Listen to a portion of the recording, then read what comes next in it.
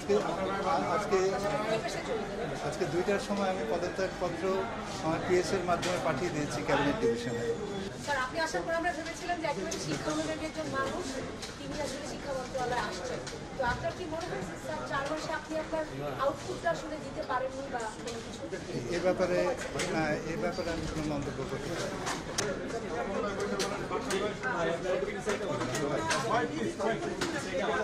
দাদা, এ ব্যাপারে আমি কিছু বলতে চাচ্ছি না।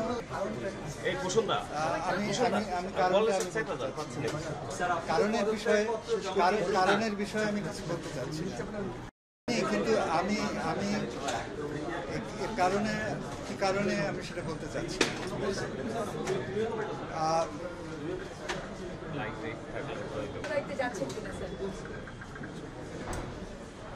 এ ব্যাপারে আমি কিছু বলতে চাচ্ছি না।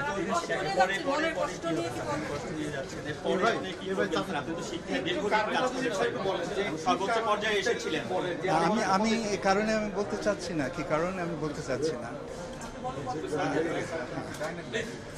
পরবর্তীতে আপনার পরিকল্পনা কি স্যার? আপনি তো পদত্যাগ করলেন, সরকারের চাপে হোক বা আপনার নিজের ইচ্ছা, পরবর্তীতে আপনার চিন্তা শিক্ষা নিয়ে? আমি কোনো না কোনোভাবে শিক্ষার সাথে সম্পৃক্ত থাকবো। বর্তমান পরিস্থিতি কি এবং কি করা উচিত শিক্ষা এখানে কেমন কেটেছে স্যার? এখানে কেমন কি দেখলেন, কেমন দেখলেন এবং কি করা উচিত শিক্ষার উন্নয়নের? আমি এই মুহূর্তে আমি কিছুই বলতে চাচ্ছি না। স্যার, আপনার এই সময়